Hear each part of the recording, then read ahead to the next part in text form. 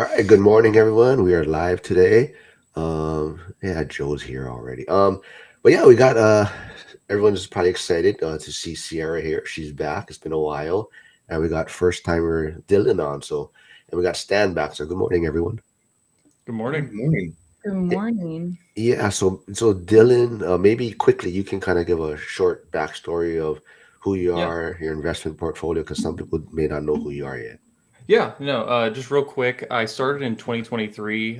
That's just the first time I could save up enough money to get started buying properties. I live here in Indianapolis, Indiana, same place I invest. And I picked up a 3 unit in 2023, rehabbed that one, and then started saving again. I was just house hacking the 3 unit. And then I ended up finding a 12 unit that somebody wanted to sell. And I didn't have the money at the time to buy it. So I ended up finding somebody to partner with. So I have a partner on the 12plex as well. So we're at 15 doors right now. We're trying to get another 20 this year, is our objective. So people know Sierra's here, it looks like. So we got Hyder stopping by, Richard Riley, Rusty. So good morning, everyone. Sierra, maybe kind of let everyone know what you've been up to and how's everything going with you. Sure. Yeah. Just kind of grinding away. I think everyone understands the slowness that comes between properties sometimes. So that's kind of the lull that I've been in. Always working on side hustles and stuff like that. So still sticking with that. And yeah, just kind of plugging away. And of course, we missed you at year two ORAD event. So Dylan was there, and I know Stan's been traveling quite a bit. So what have you been up to, Stan? Um, More or less what you just said. I've been traveling a fair amount. I've been working a fair amount. We just had Mardi Gras here down in New Orleans, so it's been pretty busy for the last couple weeks. In fact, all New Orleans has been busy for the entire year. Started off the Sugar Bowl for the beginning of the year, then we transitioned right into the Super Bowl, and now we just had Mardi Gras officially ended yesterday. So between just enjoying the general festivities and the work we've had on our Airbnb because we were essentially booked the entire time, been fairly busy, but definitely very, very a lot of positives from that. Yeah, I know I talked to Ned a few times and even Matt. Did I remember it was the car not bombing, but that attack or what Yeah, did it it was. bother affect you? Yeah. I didn't. Luckily, it didn't affect us. I was actually offshore on New Year's Eve, so if I was in town, I probably would have been in that area. But yeah, it was a truck attack. Someone took a truck and just barreled it down Bourbon Street around I think 2 or 3 a.m. on New Year's Eve. So that was definitely a very tragic event we had here in New Orleans at the beginning of the year.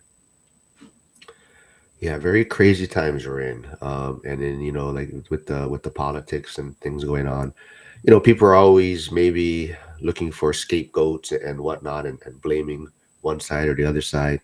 I think a big topic right now on social media is maybe housing inventory, housing supply, cost of housing, and investors are the maybe the easiest person to put blame on, right? So that's a great topic Stan brought up. So maybe Stan, you can lead us off on what you're seeing out there and what's your thoughts. Is investors the reason for the housing shortage?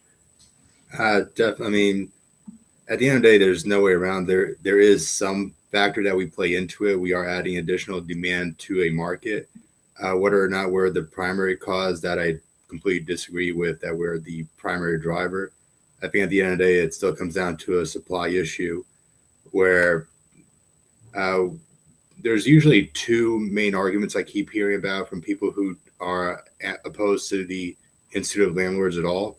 One argument that I've heard people make is if there were no landlords, everyone would be able to simply own their home, which I think that part is absolutely false.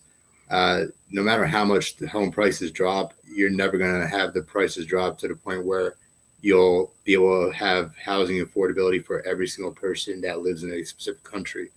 There's always going to have to be someone there's always going to be some portion of the population left over that still are not able to purchase a house for themselves, that are still going to need a place to live. Hence, they are going to have to rent that property somewhere. Unless somehow housing drops down to $1 a house, which I definitely don't think is very realistic at all.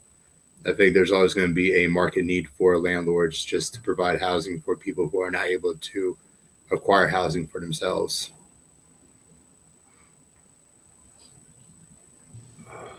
What about you, Dylan? What's your thoughts on this? I mean, you're the youngest of all of us. So what's your perspective on this? I definitely have a very similar opinion of this. Like, I don't, I don't foresee there being a time where everybody owns a house. In fact, like some of the people that I talk to that rent some of the apartments that we manage, a lot of them don't even want some of the responsibilities that come with owning a house. Like, people look at the mortgage as like the main thing because, if they're used to paying rent, they're just like, well, the mortgage could be less, but you have maintenance and everything that comes with that too. And I think some people just don't want those headaches. Like, I have a lot of elderly tenants that would rather just give me a phone call and I can take care of the problems that they have. And then they don't have to mess with it. They don't have to pay a contractor or anything. Because some of the issues that come up can be extremely expensive. Like, I'm doing 4 AC units over the next 2 months. And that's like, somebody might have to do one, but that's still $5,000. And with the average American not really being able to come up with $1,000 or $2,000, that's a really big problem. Yeah, we've actually had an AC problem that came up in the last couple months here as well. So I know that's a very expensive fix that needs to be addressed pretty quickly, especially in our area. Right now, during winter, it's not as bad. But if you don't have a functioning HVAC system here in New Orleans in the middle of summer, that's a absolute health violation. That's an actual like life-threatening danger. Yeah, no, it's a big problem. And I think on the other side of that, a lot of the issues that come up with housing is it's not necessarily that builders don't want to build. I think there's a lot of issues as far as zoning and dealing with the government, because I've looked into development just at some point because I really wanted to build like a new duplex that's like a 3-2 or something like that at some point. And the government bodies that you have to deal with are really difficult to actually figure out how to do that. And they place a lot of restrictions on people that want to build bigger multifamily to like assist in the supply issue that we have with housing. I definitely agree. I was definitely going to bring that up as well in terms of zoning. I think zoning is a huge problem from twofold. Uh, Part of it is simply being able to build multifamily of any kind at all, even something as simple as a duplex is difficult because so much of the zoning, luckily it's not as bad in New Orleans because it's an older city. So we are used to having duplexes, triplexes, fourplexes even, which are much more common here than they are in many other cities across the country. But even here, we have so much of the area that's designated specifically as single family residential only that even if someone wanted to, they would not be allowed to build a multi-family property on there. They'd be stuck with a single family home construction or nothing at all. In fact, one of the very first city council meetings I attended to in New Orleans, I specifically remember there was a person who was trying to petition. He owned 4 lots. They were his own single family. He was trying to petition in order for the city council to allow him to build 4 duplexes instead of 4 single family homes. That way he would get a more reasonable return on his investment with a duplex getting rent that way. So it's a case where if the city simply allowed him to do it, the city itself would have 4 new rental units or 4 new real estate properties where people or families can actually live. The city denied him that. So instead of having 8 additional housing units for people to live in, now we have 4 empty lots that are doing nothing at all for the city. And in the same exact council meeting, they constantly were bringing up the fact that we are in a housing shortage, that we're in a housing crisis. Meanwhile, I was simply sitting there dumbfounded going, you guys are causing this. Like, here's your solution. Here's someone with real estate. Here's someone with the assets and financial ability to build housing and alleviate some of this housing. And all the city has to do is step back. Instead, they are acting more as an obstructionist, where they are, I don't think it's intentional. I think they, for one reason or another, they simply are refusing to allow that zoning to alleviate itself. Yeah.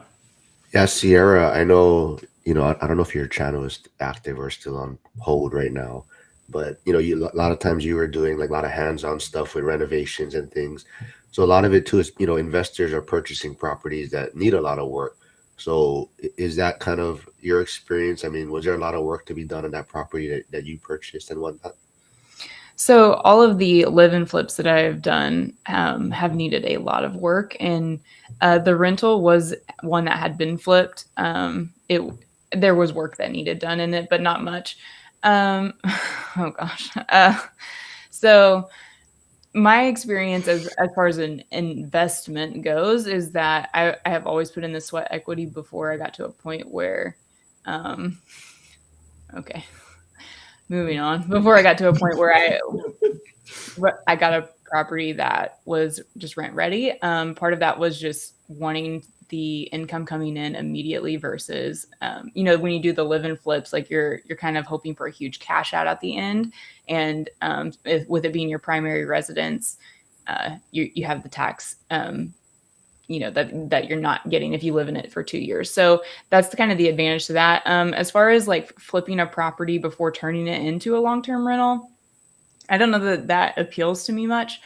But when I approach this question, I'm looking at it like a lot of investors are buying multifamily, and I don't know that takes away a lot of the supply, the single family housing supply. I know there are a lot of single family investors, obviously, but for the most part, when you look at the supply and demand, I mean, most people are wanting a single family house. They're not going to buy a duplex or an apartment complex to live in themselves. So that's kind of the supply issue. And I don't know that investors are taking a ton of that supply away. Again, I think it would be more of a zoning issue and more of an affordable housing issue.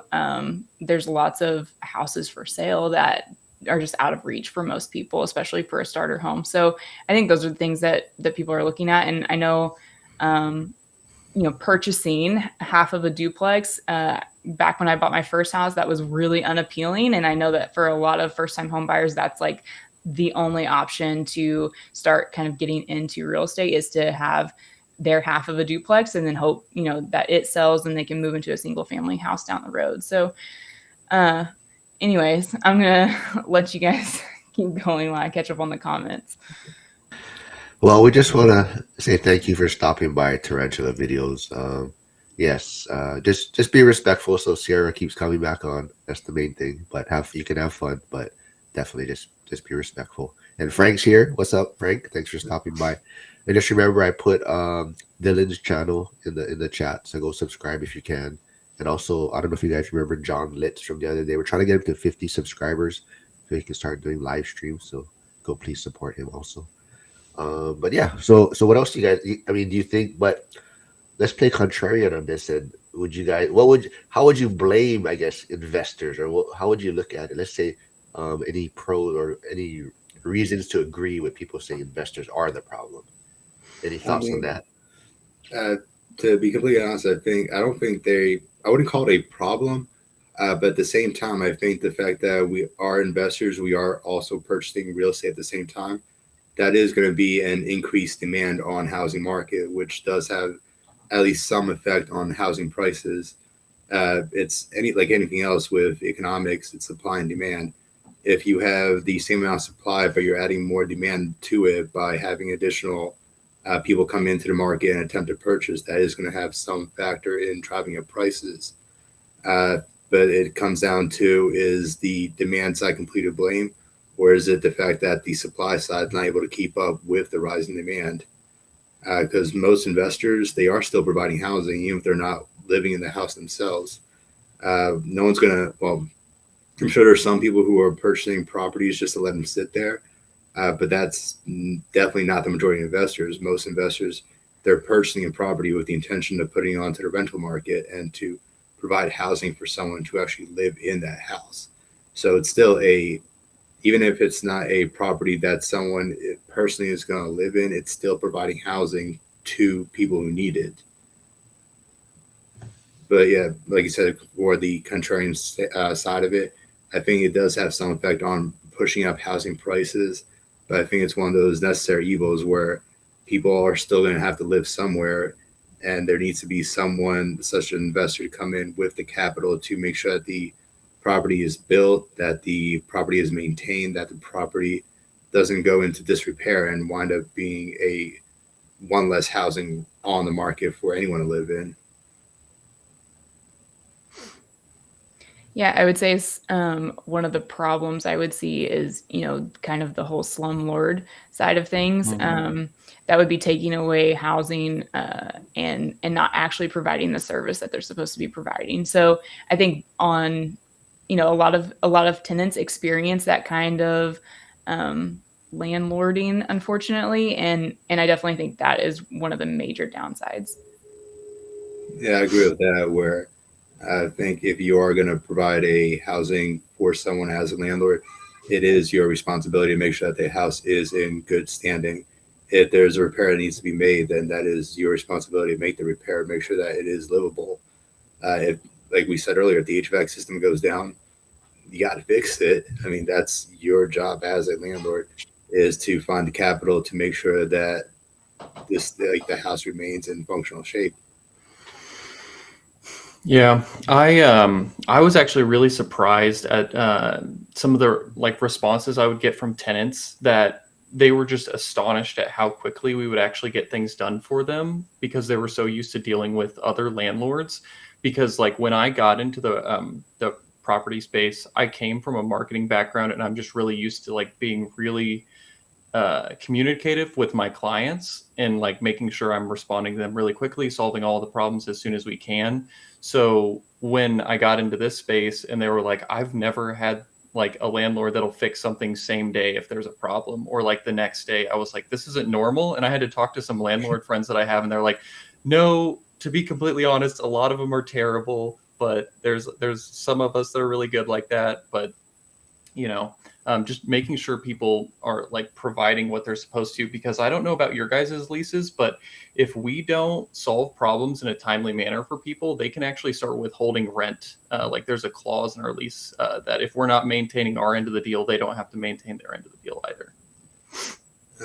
We don't have that clause in our lease, but we still make it a point to make repairs as soon as possible. Our goal is to always do it within the same day or next day. However, if we're not able to get a contractor in time or a repairman in time, at the very least, we are maintaining communication with the tenants in that case, and we provide not ideal substitutes, but we make an effort to still make them comfortable. If we can't get a heater repairman to their house within that same day, we have extra space heaters that we provide them instead, just to give them something to get through that day or for the next day. I mean, realistically, repairmen, they're not always going to be available within 24 hours, but we still try to build our network far enough to make sure that if our primary repairman is not available, we have backups that we can call instead to make the repairs as quickly as possible. I'd say probably 90 or 95% of the time we're able to get the repair in there within 24 hours. But every now and then it does wind up dragging a couple of days. Yeah, I think the communication is really just the biggest piece there. As long as people are being heard and that they know you're working on the problem, that's all it seemed that they really care about. I've had the same issue. I don't know if you guys are having freezing issues with pipes and stuff. I know we are up here in the north. But I had a few heaters go out, and I had to get the oil-based heaters, that you plug into the wall and they'll heat up the whole apartment. I had to get 2 or 3 of those same day, so I could go over there and put them in their apartment, because it was 56, and I'm pretty sure if it goes under that, under 55 for a couple hours, you can start getting fined by the city. And I was like, let's solve this really fast. Luckily, that's not an issue we have too often in New Orleans. We had snow this year, had about a foot of snow, and that set the New Orleans record of all time. I've lived here 15 years in Louisiana. This is the first time I've ever actually seen snow that didn't melt as soon as the sun came up. Oh my god! So that was quite the experience. The entire city shut down for a week. Oh wow! Yeah, you guys don't have the infrastructure to deal with that, all the salt trucks and everything. We have no salt trucks, or very limited salt trucks. So anytime there's even a possibility of snow, the city generally shuts down for at least a day. Even if there's a threat of snow, chances are the city is also going to shut down. When we had that, simply the 1 foot of snow, we were like, no one was moving. Everyone was just stayed home for a full week. So we have a question here from Rusty for Dylan. So he says, Dylan, are you seeing those discounted commercial properties hitting the market yet? I actually just I have a call with Crexy tomorrow because I'm going to be talking to them about this. I am not. So the way I've been doing it, I don't know if anybody here knows of Cody and Christian from Multifamily Strategy. I'm not in their courses or mentorships or anything. You can learn a lot of stuff from their lives and just YouTube. But I have been just talking to owners. So I'll look for the properties on like Google Maps and some of the other platforms like that, and I'll find the phone numbers or I'll find the LLCs associated with it, and then I'll look up those LLCs to find the people to talk to them directly. And that's the only way I've really been able to make commercial work, because everybody seems to think that they can sell stuff for 5 and 6 cap rates right now, while you're looking at somewhere between a 6 to really a 7, 7.5. And that doesn't really work leverage wise, because you're buying something at a 6 cap and your debt is at a 7. Like, it just doesn't make sense, and we can't make those deals work right now unless there's like a huge value add in terms of how much we can increase the rents. Like when I bought my property that I bought recently in August, it was a 6 cap, but their rents were about 50% of where the market is, and everybody was on month-to-month leases. And we just ended up doing Dion's binder strategy with everybody, and we got them up to meet us somewhere in the middle. So we increased rents about 25-30% across the board, and it went from like a 6 to like a 10 cap, and that's cash flowing pretty well right now. But yeah, you're not going to find them on the market on like LoopNet or Crexy. That's kind of where deals go to die, in my opinion. Yeah, I haven't actually pulled the trigger on a large commercial multifamily yet, but that's definitely a realm that I'm trying to get into. And I've been making the connections. A lot of it does come down to getting to know the actual brokers rather than trying to go on LoopNet or Crexy, or trying to get to know the people in that space so you can directly talk with them for when they're ready to unload a property. You're the first person that they talk to rather than going to LoopNet or Crexy. By the time the properties get to those two sites, chances are they've been looked over by so many different investors, and chances are if those investors didn't see the potential in those properties and passes over, there's likely a reason that happened. Yeah, 100%. I mean, that's what I'm seeing. Like, I've seen a few properties on there, but just it's always in the areas in town that I know that I don't necessarily want to manage property, because like we'll buy B and C with the intention of making the C's a B, but like we're not going to buy like a D or an F class property and try to improve that. It's just not my forte. I don't want to be that person. Yeah, to be honest, I'm kind of the same way. I was looking at a D class multifamily before, and honestly, if it's not an area of town that I feel safe driving to on any given day, I'm not going to purchase in that area. Yeah. Ideally, I want to be able to walk outside at night, and or like run around because I like going on runs. So like running around the neighborhood at night. Like if I personally don't feel safe doing that, I don't want to rent a property to other people and expect them to live there too. Just my Kind of like that Denny's location we went to in Vegas. That's what I heard. Yeah, so we're trying to move the location, but yeah. So down in New Orleans. Well, yeah, that's another discussion to be had. But I think Zuber likes it in Vegas because it's easy for him to keep doing it. He's very structured, right? I think so. Keeping it in Vegas makes things easier for him, and he can just keep improving. But it's also a good cause for the blind center, so I think that's why he likes to do it there. And if anyone else, I was talking to Dylan, is if anyone bought those hoodies, the white one, I believe those are the ones Sierra made for Zoomer. So they're well made, and if anyone can tell, I'm very congested right now. So I think it's because every time the seasons change, I get very stuffed up and whatnot. But Whoa! The seasons change in Hawaii. well, yeah, I mean, it changes. It's changing to spring, so I don't. Something is in the air, and it always happens to me. I thought the seasons in Hawaii were very hot and very hot with some rain. That is true, but my nose can somehow tell when it's changing. But we got Cody stopping by, BuzzTune. A lot of Jim is here, so yeah. So thanks for stopping by, everyone. Another thing too, right? Like investors. So what do you guys think about like Airbnb, short-term rentals? Are those big cause of the housing shortage, I guess, and prices going up? I'd be a hypocrite if I said I'm against them simply because I own one in New Orleans.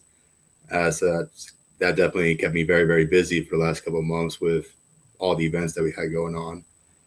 Do I think that's a same kind of comment I had before? It's definitely an additional source of demand on a market. So it is going to have some effect in driving up rental prices and property prices in an area. In terms of how much it drives it up, that's much harder to gauge. Do I think it's a primary cause? I honestly don't think so, because in many cities, the amount of properties that are on the market as Airbnbs or STRs, it makes up a fraction of the total real estate like the real estate market there. I know in New Orleans, we have, I believe, 1 or 2% of the city housing stock is designated as STRs or have permits in there as STRs. So 1% is still an additional demand to the market. Is 1% going to be the main factor that is causing prices to soar up or rent to soar up? I really don't think so. In this area, New Orleans, a much bigger concern that we're currently having is insurance. I know a lot of property owners are essentially they've been forced to increase their rental prices in our area simply in order to compensate for insurance, or they've been forced to go into STRs as a way to combat the insurance prices going up. Uh, but when I first started going in New Orleans, like when I was first buying properties in Lafayette, Louisiana, which is about 2 hours away, the insurance I was looking at was generally $1,000 to $2,000 for the year. So I kind of figured, okay, I'm going to New Orleans. It's going to be more expensive. I figured I'd be looking at something in the $4,000 range. I started getting back quotes for insurance, and instead it was closer to $24,000 for a year. Oh wow. And that was actually the cheaper end. I've got other quotes that were in the $30,000 or $40,000 for insurance. And so that's been a huge problem here in New Orleans in terms of providing affordability, not only for people trying to purchase a home to begin with, but people trying to rent, because people who own those properties aren't renting them out. The insurance prices, they spiked up after our latest hurricane that came through here in, I believe, 2021, where within 1 year the insurance in many cases doubled. So those landlords, they're not going to double their rent because I don't think the market could take that, but they still need to raise rent to some extent in order to try combating that insurance price going up. So that's one of the factors that I think are affecting affordability here to a much higher extent than Airbnbs or STRs. What about like foreign investors? Do you guys in your guys' markets, do you guys think like foreign investors are a big factor? Like Hawaii, that's something they're trying to have a bill banning foreign investment. Mm. It's a good question because it's so hard to gauge how much market demand they're adding. Yeah. Our equivalent of foreign investors here is like people coming from all over the states. And they're like, man, the Midwest is so cheap. So, I mean, we've seen a lot of prices get bid up on both houses and multifamily here. Um, I, I don't know if it was the thing we had going on for the past few years. I'm not sure if we're supposed to mention on a live, but I don't know if that affected pricing a lot because we saw pricing surges around then, but then also just all of the people coming from like California and New York that are just flooding the Midwest to buy properties here. It's definitely increased the prices because I remember when I graduated high school and I was going into college, you could buy a duplex here for like 80K. I just didn't have the 20K to put down on it at the time. So by the time I could buy that same duplex is like 225. So this probably sounds awesome compared to your guys' prices, but like the rents were like 650 aside back then. That was just like last year for you graduating high school. You're the by far the youngest of everyone. Um, Yeah, I think it was like 8 years ago or something like that. I'd have to do the math. I Yeah, appreciate that Dylan just called everyone not from the Midwest foreigners and lumped them into that category. Um, I, yeah, I think it's hard to gauge because a lot of foreign investors, do so through a means that is, domestic somehow. So it's sometimes hard to understand when property is purchased and who it's purchased by. I know I've heard a lot of like farmland is especially in the Midwest and is being purchased by foreign investors. Um, Especially in like marijuana growth and stuff like that. So they are investing in those properties for those reasons, but not necessarily housing. I have heard a lot of people will park their money in housing here in the U.S. because it's more stable, and then those are typically properties that are sitting vacant. Um, I just don't. Yeah, I wouldn't know how much of that is factoring in. yeah, the last couple of years, housing prices have gone up, but there's been so many factors that have caused them to go up. That's so hard to pinpoint exactly what it is. Like, is the foreign investment having some influence? Probably.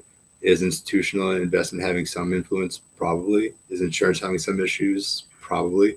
Is the fact that we've had a enormous amount of inflation happen within the last 3 4 years? Also probably. So it's very hard to divvy up. Okay, how much of each of these factors is the cause for housing prices being where they're at right now?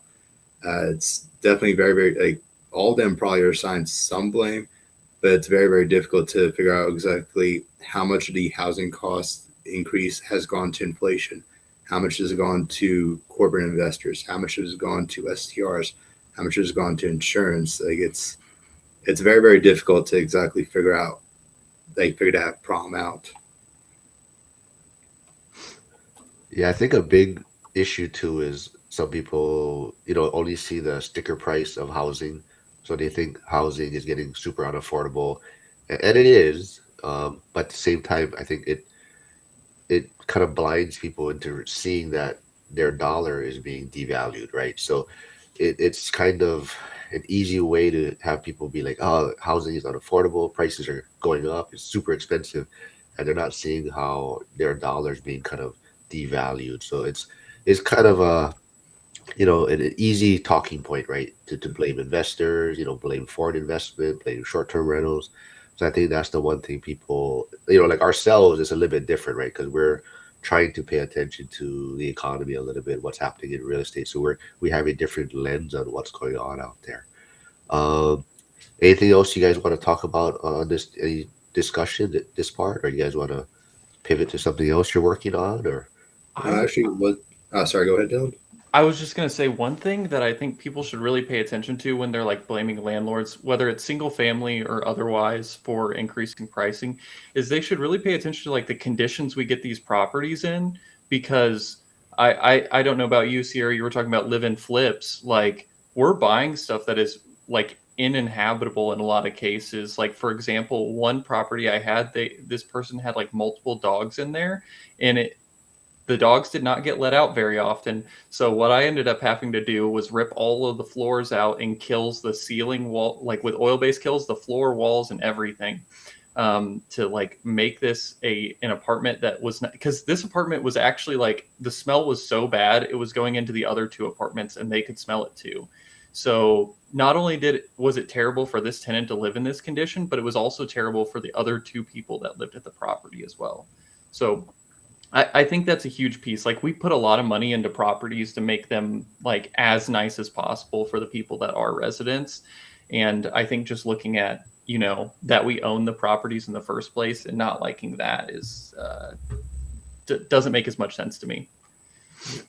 I've had a similar situation here with the property I'm living in right now. It's a fourplex. I live in it, and when we bought it, the reason that we were able to purchase at the price we did is because the curb appeal was non-existent. The house when we bought it, a lot of the siding, like it was wood siding, that was the original siding. I'm willing to bet it was the original siding from the house was built in 1911. A lot of the wood was rotting. A lot of the paint was missing. There was no landscaping. Essentially, if the house had kept going in that same condition, it probably would have only had another 10 years maybe of usability. As soon as we purchased the property, all the siding was replaced with brand new hardy plank.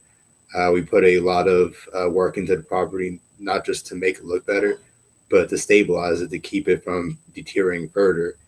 So because we took over a property in that condition and we made those repairs, we ensured that there's now 4 additional housing units that are going to be able to provide housing for someone in this area for decades to come instead of decade. No, that's a really good point. Yeah, we buy some pretty messed up stuff sometimes, but I mean, somebody's got to do it. Absolutely. That's So putting Stan and Sierra on the spot right now. So Curtis, PE turned RE, is asking, will Sierra and Stan be at the Vegas event next year? depends on the dates and depends if I'm available. What? I really did want to go this year. I'd love to be able to go to that event at some point, but it always comes down to what the schedule is. If it's happening while I'm on my normal job offshore, then I won't be able to take time off to go to that. If it's happening during Mardi Gras, that's way too busy for us, for me to leave the area during that. So it just purely comes down to if my schedule allows, then I'll definitely make an effort to go. Yeah, I'm planning to be there next year. I would love to be back. Yeah, we missed you this year. I mean, it was still fun, but we did miss you this year. It was actually a lot of fun. The community is just growing and bonding and getting a lot closer. So, yeah, arriving earlier and leaving later definitely helped out also. Oh, Stan, looks like wrong answer. Gotta make it happen. See what I Uh, can do. and of course, Dylan's hair. Max Oh, says on point. How long did it take you to get your hair ready for today, man? That's what I this is want to know. this is honestly like 2 minutes. I've been doing this for like 12 years now. I don't even think about it anymore. All right. Let's see. Yeah. What? So I don't know. Anything else you guys want to talk about? Actually, I did just think of another point that I wanted to bring up in terms of zoning. Most of the zoning that we talked about was geared towards multifamily, with so much of the zoning being just single family. But even the single family zoning is providing problems to housing affordability. Essentially, and I'm not sure if it's area, but many areas, the zoning for single family homes requires a lot to be a specific size. If a lot is specific size, that puts in an automatic fixed cost for that land. Any kind of contractor, they are pretty much forced into a situation where they need to build a home at a specific size in order to make sure they can recoup their costs and still maintain some profit to keep their business going. If the property, essentially, if you have a property this big, you can't exactly build a home this big and put it on the market because you're not going to make money that way. So there's essentially, you're forcing contractors to build certain size homes. If you're building certain size homes, that means you have to sell them at a certain price into the market. You don't have the option to build smaller homes that could be more affordable if the lots aren't allowed to be smaller to make room for those smaller homes. Good point. I feel like if you look at a lot of the new development, like we had one of those build to rent communities that got put in pretty recently that I don't know who's doing these, but it's one of the bigger builders and then selling them off to like BlackRock and stuff like that as just a rental portfolio. But like nobody's building like the houses that I would consider like an affordable house for somebody to buy, like a 2-bedroom or 3-bedroom, 1 bath, like 12 or 1300 square feet. Like a lot of these are like McMansions, quote unquote. They're like 3,500 square feet. Just too much house that like some people don't even need that much to, live in the first place. But they're just trying to get a return on the houses that they're building. Oh, absolutely. And it's kind of comes back to what I said, like they're forced to build them that high, like that large. Because if you can't build them that large, you can't sell them at a certain price and still recoup the cost of the land, the cost of permitting. Even before you put shovel in the ground, you have to take into account the price of the land, which can be substantial. You have to take into account the price of their permitting, which can also be substantial. So those are all fixed costs that need to be factored in. And if you can't build a house of a certain size and quality to be able to sell and recoup both the construction and those initial land costs and permitting costs, the house won't be built if it's not economically feasible to build it. Yeah. What do you guys think about? I know one thing I've heard Dion talk about a few times is like, hey, so if you see the main city center, like go out about 45 minutes or go out an hour from there and see what the house prices are. Cause like I was looking at stuff like I live near Indianapolis. An hour outside of Indianapolis, you can buy houses for like 70, 80, $100,000. It's not in like area with a ton of development and everything, but like I still feel like people can reasonably get into those like that housing. Of course they're going to have a drive, but if they don't want to rent and they do want to buy a house, like there's plenty of cities, at least around me, that are affordable enough for I would say pretty much anyone to buy a house. And that's definitely the case in many cities across the country as well.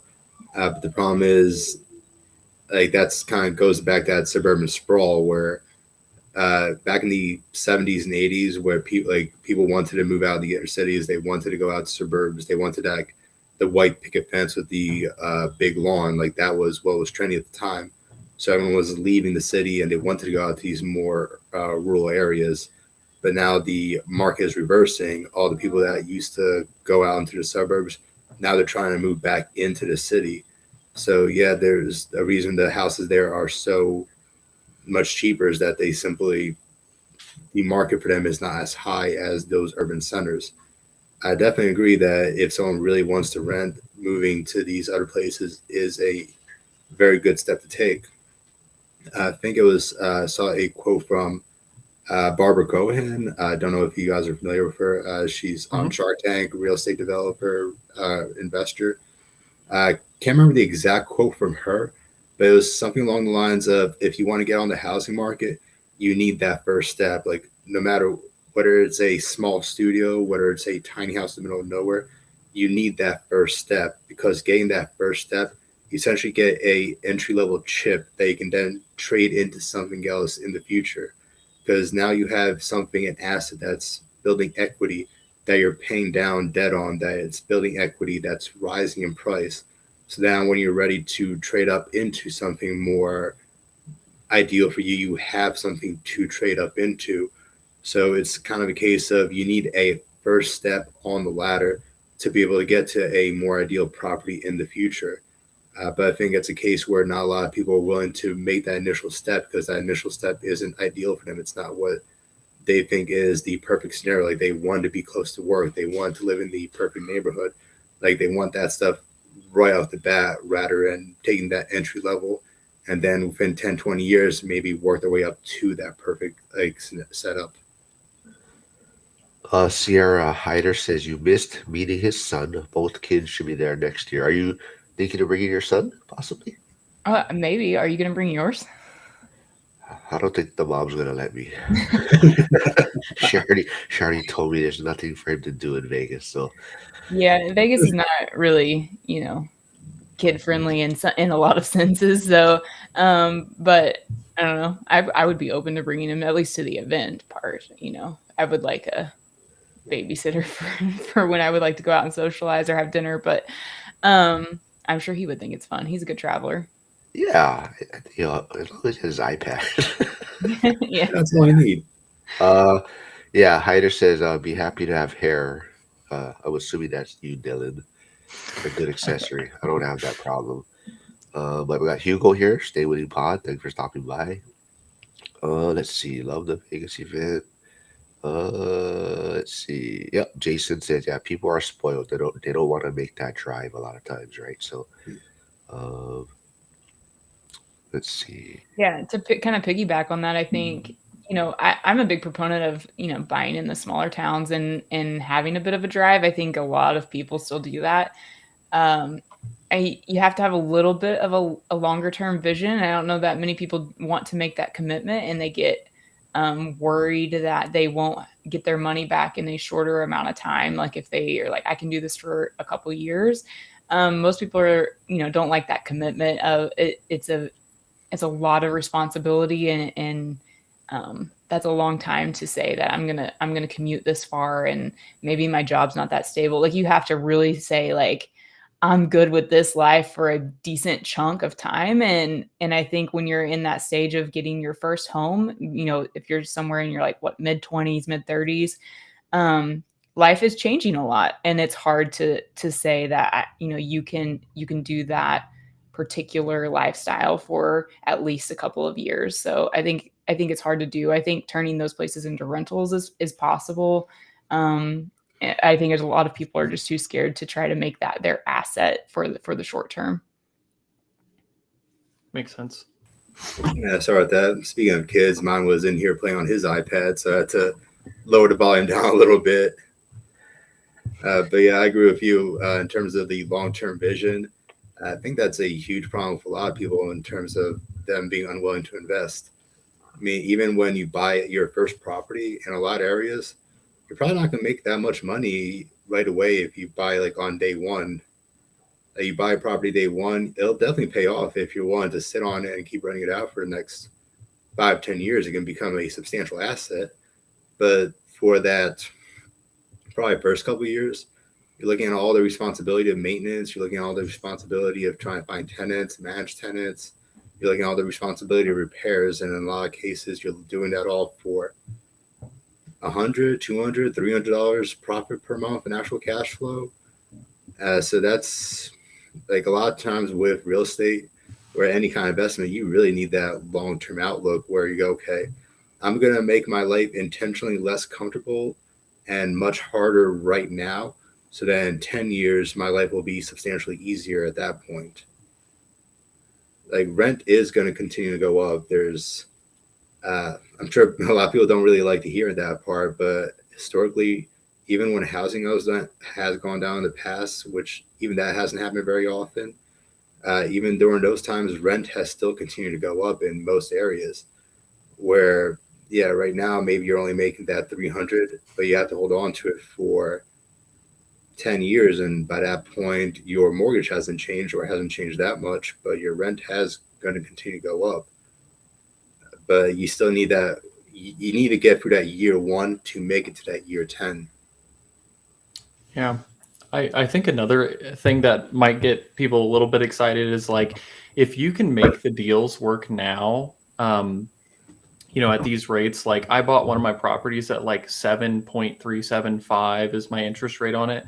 Like, if you can make deals work now at those rates, when we get back down to the fives, whether that's in a year, 2 years from now, 3 years from now, like, just imagine how much better your cash flow will be, because, rents have gone up and you can decrease your payment on a monthly basis. Like, it's a huge difference, at least when I was looking at the math on, like, what I would be making for like then versus what I'm making now.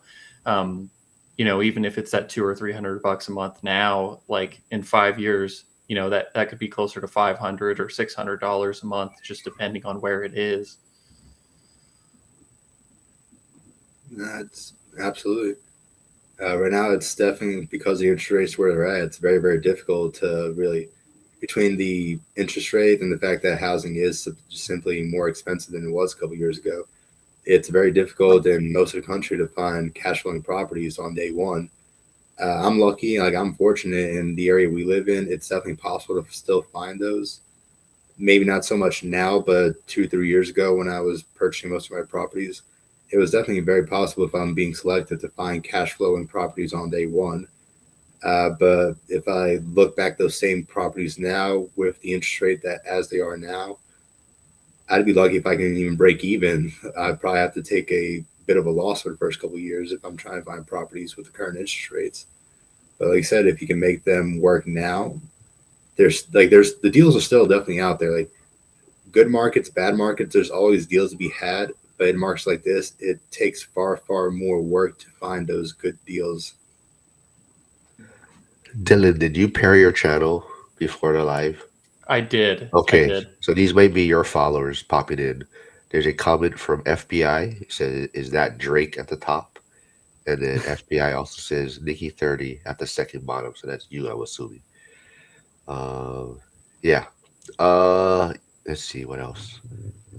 I think this is another like what you guys are talking about, another way that landlords are benefiting the housing market is because if you think about the ones who have been in the game for a while, um, who have the ability to finance to new investors, and you're doing the networking, like, and you're able to make a deal that way, and kind of bypass some of these interest rates and net. I don't know. Like, I'm just thinking those connections, like they're making a lot of that possible. There's a lot of landlords who are ready to exit and are ready for their to be the bank essentially, right? And they're making it possible for new investors. And there's a lot of landlords who will sell or finance their property to their tenant when their tenant is ready to buy. So I think those might be unicorns, or maybe they're not, and you just have to talk and get to know people to find the ones that are doing it. But they do benefit the housing market in that way. Yeah, like in one of the neighborhoods that not too far from me, I can actively like driving through there on every couple months. I see more renovations happening. Like a lot of the houses there, I wouldn't feel safe even walking into them. Like the roof is ready to collapse in. It looks like the entire house is at an angle because the foundation is so bad. But even in the last couple of months compared to a year or two ago, I'm seeing those houses in poor, like in absolutely poor shape. But now, as I'm driving through them the last couple of months, I'm seeing like people are tearing these houses down or they're repairing them, but they're bringing these dilapidated buildings back into the market. Is chances are, I guess, the rent for them is going to be substantially higher now compared to what they were a couple years ago. But what's the alternative? It's would you rather have a higher rented property that someone does have the option to move into that is usable, or do you prefer having a completely dilapidated property that no one has access to? Like one way or another, there needs to be like there is a very major supply shortage in the U.S. like in the U.S. housing market. I think some of the lower estimates I've seen are 4 million, a deficit of 4 million houses in the U.S. market. Some of the estimates I've seen are about 7 million, but there is definitely a deficit of housing in the U.S. market. Anyone, whether it's an investor, whether it's a contractor, even if it's someone making a build to rent community, it's still someone coming into an area and adding additional housing to the market for people to either buy or rent. Either way, that's providing housing for someone that is definitely needed. All right, just I want to answer Hugo real quick. And I can't do that right now. Trying to turn it on, but I'll try and turn it on later. I am going live again at 3 p.m. Eastern with PTO for Life will be on, and Tom Brickman, the Frugal Gay, should be on, and they're going to recap their time being on stage at the ORAD event. So 3 p.m. Eastern, going live again. I'll try and turn on that Jewel stuff and see if it works. But um, let's see what else. I saw something that I wanted to. Someone made a comment. Oh, here, Dion Wannabe said, I asked the people that I know who think I'm making a mistake, family and friends, I asked them if they think rent will be higher or lower 5 years from now. They all say higher. And then, that's kind of his easy reason to be like, well, why am I making a mistake, right? So, No, he's absolutely right. It's especially if you're in large city centers, chances are the rent's going to continue to go up as more like unless all of a sudden a city has a drastic decline in the population. There's definitely factors that can cause rent to go down. I remember when I first started, and I believe I don't remember exactly what year it was. I believe 2010, 2011, when I was renting in Lafayette. That was shortly after the Macondo incident for deep shore drilling, where there was the oil rig. There was a blowout. The entire thing sank, and because of that, there was a moratorium on offshore drilling. Because the area I was living in Lafayette, it was so heavily tied to offshore drilling as a revenue source that the fact that offshore drilling was no longer allowed caused a major economic downturn in that specific area. So my rent within 1 year went from, I believe it was 1150 down to 850 within 1 year when it was time to renew. So there's definitely factors such as that, especially if you live in a area that doesn't have a diversified economy, that can drag rental down very, very quickly. Like, if the local plant shuts down that's providing jobs for the area or something along those, or if an area suddenly becomes less popular to live in for one reason or another, and there's a giant population migration out of the area, that can also drag down prices. But more often than not, I would say that rent is going to continue to go up because population is going to continue to grow within the United States. We are still at the point where we're growing year over year, the world population as well as the U.S. population. So as long as the population keeps growing, there's going to be a increasing demand on housing. Hold on. There's a question I believe that Dylan can answer, or I think it's a target it's geared towards him. Let's see. Do you have any strategies for finding those landlords, or is it just networking locally? So it's really a mix of both. So like Stan had talked about networking with brokers. Um, I think that's one avenue that you can go down. You should definitely talk to a lot of brokers in your area to see like what they have, because there's a lot of things that they're going to shop around before they ever go to list it, to see if anybody is interested in the property. Another thing that I've done is I actually went to college with a guy that's he works in CRE, commercial real estate for some firm up north, and he's in acquisitions, and he'll send me stuff that they're not interested in because it's too small, because they like to buy like the 50 or 100 unit buildings. And I'm like, hey, if you get a 5 or a 10, or a 15 or something like that, let us know, because it's something we want to look at. And then the third way that I am really looking for these is just calling the owners, honestly. I mean, you're going to get people like, mad that you're calling in the first place. I mean, it's just like wholesaling.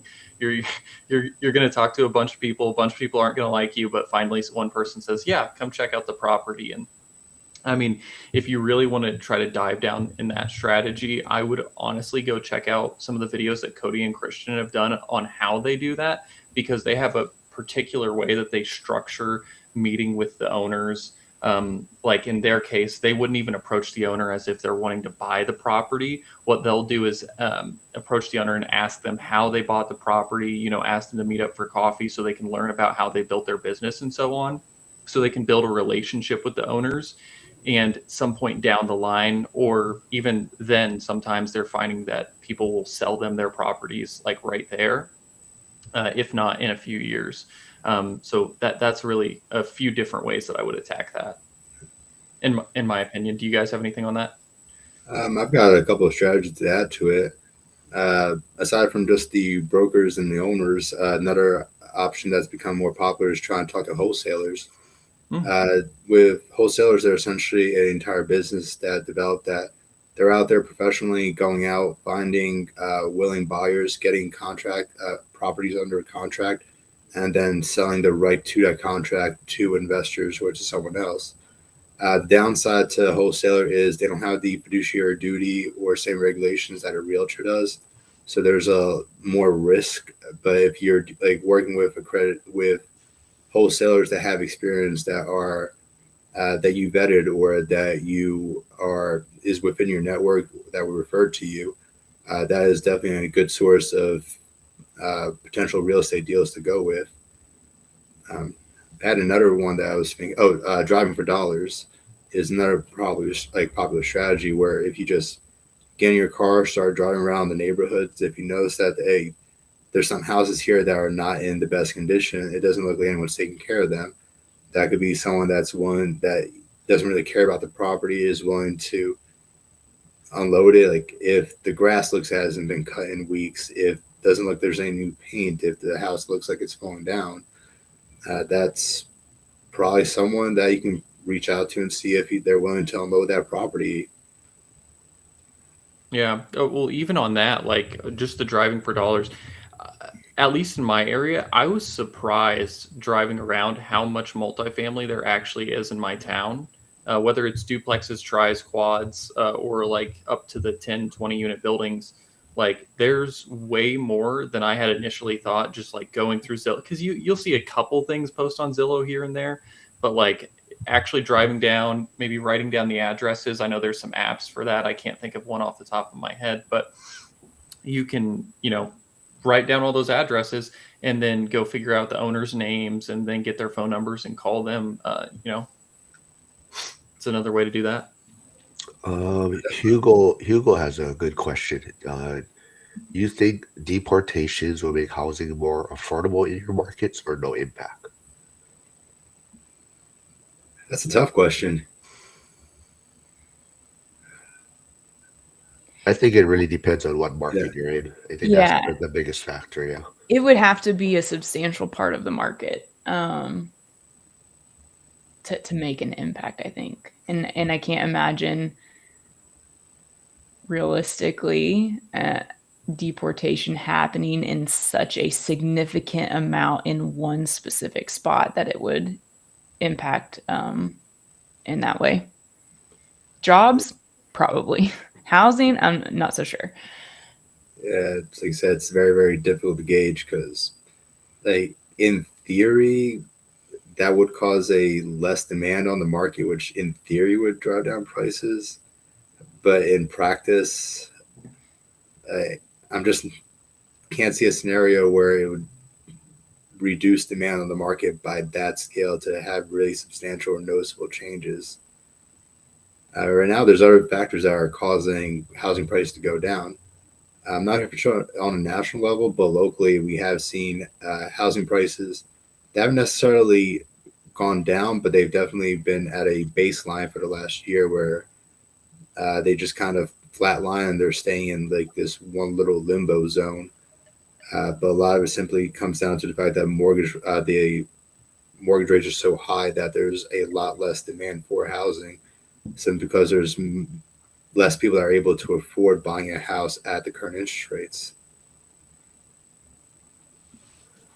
Yeah, I mean, I've seen stuff in my market like be taken off the market for that exactly. Like people just aren't buying their houses. That being said, I've started to reach out to some of those people that I've seen their listings go down afterwards, just to see if they are interested in selling at a more reasonable price, because it seems like the list really high, and at least to me, because I'm trying to buy it to make sense as a rental. But with it being multifamily, I mean, that's what we're all doing in the first place. So just, going back to some of those people that I've seen take their listings off and see if they're open to an offer or seller finance. Like I found a few that bought their stuff back in like 2011 to 2008, like during the housing crisis, that have bases of like 30 grand for a house. And I'm like, hey, you can come down from 350 to 275. We can make this work. Yeah, it's 2008. That was one of those spots in history with retrospect that was an amazing time to get into the housing market. Who at the time no one wanted to buy because everyone was thought that the price of houses would just drop down to zero. Everyone was panicking. Everyone was selling in mass. Interest rates were very, very low. House prices were dropping. So there's many people who became millionaires, multimillionaires, decamillionaires purely from being able to get into the housing market during 2008 to 2011. To be honest, I also think that another good time, maybe not as good as 2008 from an investor standpoint, but 2020 to 2021/22, when interest rates were very, very low, I think that was another phenomenal time to get into the real estate market. So I think 10 years from now, people might be looking back at that point in time as the probably should have bought stage. Yeah, no, I definitely see that.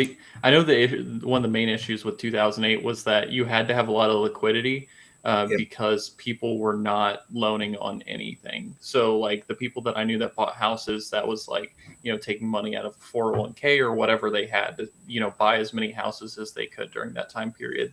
Because they were buying them for $30,000-$40,000. And now, those same houses are worth like 160, 200, 250, like just depending on, how the house is set up. This might have been you, Dylan, right? Oh, no, you probably weren't in 8th grade at that time. I love those memes where people say they wish they were buying real estate in 2010 to 12 instead of being. I was 12. I was just graduating college then. Yeah, I bought in 2012. I was in college though. That was the first house. I think a lot of it really comes down to being able to understand the market enough to know an opportunity when it comes up to you. Because in 2010, 2012, no one was saying everyone should go out and buy houses. No one was saying houses are a good investment. The people who were buying were the people who looked past that and were able to say, okay, because of these market conditions, this is a good investment, despite what the popular media or popular pundits were saying at the time. It's kind of the same thing that happened. Like most of my purchases I bought in 2020 to 2021. At the same time, no one was saying that housing is a great investment. No one was like, I was able to look at the market and go, okay, interest rates are very, very low right now. This is likely a once in a lifetime opportunity in terms of interest rates. At the same time, there's a lot of stimulus money that's going to the market that's going to drive up inflation. So within the next couple of years, housing prices are likely going to go up. So I was able to identify the fact that housing is a good opportunity in 2020, 2021, before it actually became, before housing affordability became a news story at all. So a lot of it really comes down to being able to understand the economics behind investing in order to identify investments before they become mainstream news. Well, I want to thank Dylan for coming on last minute. Somebody No canceled, so worries. I asked him last minute, but we'll get you on like a regular interview because that way people can hear more about your story first and then dig deeper into what you're working on. And it's always good getting Sierra back on, so hopefully you'll make it a regular thing again. But yeah, we could if you guys got anything else, because I gotta blow my nose pretty soon. But if you guys if you guys got any other topics you guys want to talk about, I might hop off camera real quick. Um, but yeah, I don't know anything else. Sierra, are you still making merchandise or anything, or Mm, not right now? it depends on a case by case basis, I guess, but um, not like consistently. No, Okay, I won't send them your way then. no, no, don't do that. Well, anything else? If not, tune in at 3 p.m. Eastern, and then you can hear Jeff and Seleka, PTO for life, and Tom Brickman, the frugal gay. Yeah. So Um, I would say just as a last thing, if somebody's looking at getting into commercial real estate, just since that's something that I've really focused in on over the past few years, and want you want somebody to like double check the numbers and look at what you're looking at to see if it makes sense, you can reach me on Instagram. It's just my name together. Just shoot me a DM. I'm happy to go over numbers or see if see if it makes sense or if you might be missing something on the deal. No expert. It'll have to be like a 15 or a 20 unit or something like that I'm looking at because outside that scope, there's a lot of other things that start to happen that you have to account for. But yeah, if you're looking at anything, I'm happy to help. yeah. Piggyback off the multifamily, I'm not seeing as many deals in the market yet, but I'm predicting within the next year or two, there's probably going to be more deals coming to the market. Uh, with commercial real estate, they're not fixed rate mortgages like in residential real estate. They're typically going to be 5-year adjustable mortgages. So a lot of the commercial real estate was purchased in 2021 to 2022 range when interest rates were very, very low. So when you look at those initial rounds, say that 2021, the interest rate should begin adjusting around the end of this year, going to 2026. So I think that's when the properties are going to start hitting the market once the interest rates are readjusting and the commercial real estate is now underwater in terms of cash flow. So I think there's definitely potential to be made coming in the next couple of years.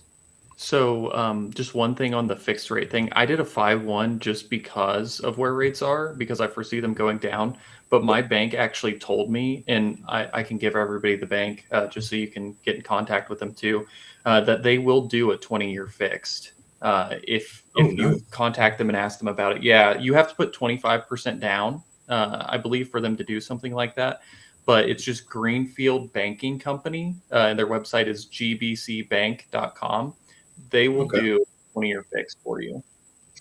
Very nice. Yeah. And So it that's a takes national lender. uh they're a community bank, but I'd reach out and see if they can do something for you. They've been Okay. really their commercial side has been really helpful for me and like anything that we've been looking at. Very nice. Yeah. Yeah, Nice. trying to get a 20-year fixed on a commercial, that's a major advantage. Yeah, well, it takes a lot of the cyclicality out of it because if you think about commercial real estate, like that's what destroys a lot of people's businesses is the cyclicality of rates. So if you can just remove that piece, I mean, like there shouldn't be any defaults and stuff like that. And I think that maybe the way the bank is looking at it too, where it's safer for them as well if they don't adjust us all the time, and we're just willing to take a little bit of a higher rate to fix it for 20 years. All right. So there's Dylan's channel again. So go check it out, see what he's up to. And this was a fun one. And you guys can all stick around once I end the stream and then see everyone at 3 p.m. Eastern, hopefully. All right. Thanks, everyone, for tuning in.